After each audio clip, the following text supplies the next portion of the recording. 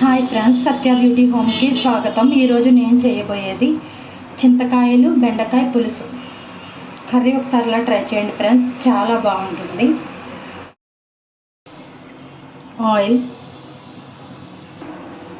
Oil వేడెక్కాక మెంతులు,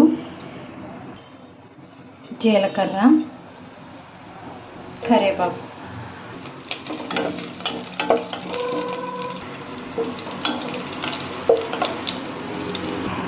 పొడిగి చీరికలు, పచ్చిమిరపకాయలు వేగాక ఉల్లిపాయ ముక్కలు,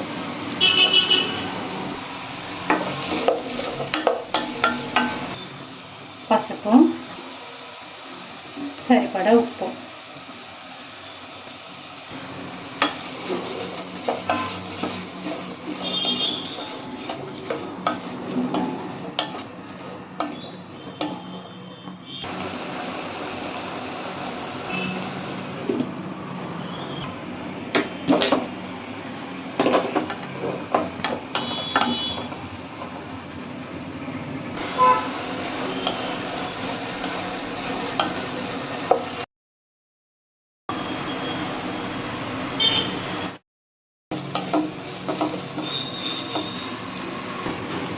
బెండకాయలు వేసి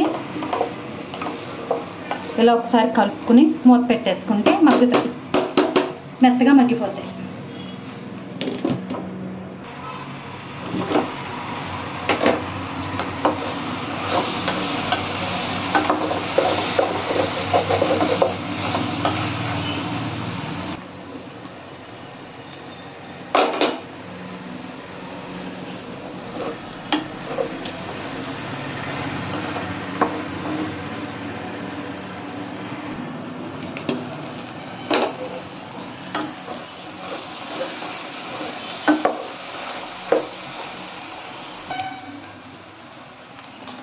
కారం,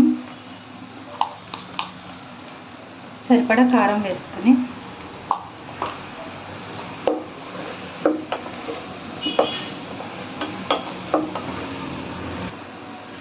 బాగా కలుపుకొని, ఎక్కువ కాదు చిన్న కప్పు వాటర్ వేసుకోండి బెండకాయ ముక్కలు మెత్తగా మగ్గే వరకు.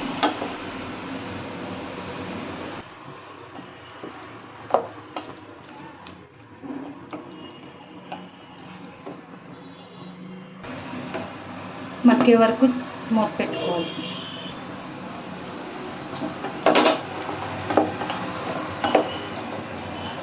ఇంకొంచెం బెండకాయ మెత్తపడ్డాక చింతకాయ ఉడకబెట్టుకున్న జ్యూస్ వేసుకోవాలి.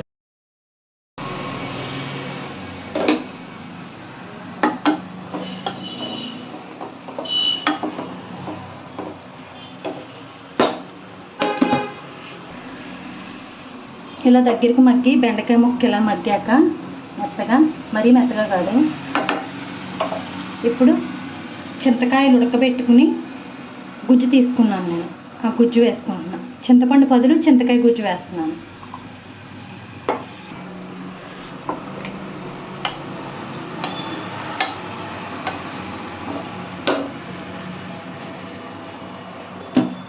మూత పెట్టుకుని చిన్న మంట మీద పెడితే కూర మగ్గిపోతుంది.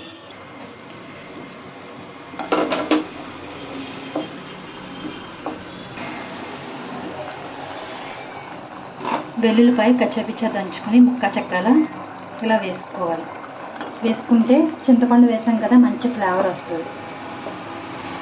చింతపండు కాదు, సారీ.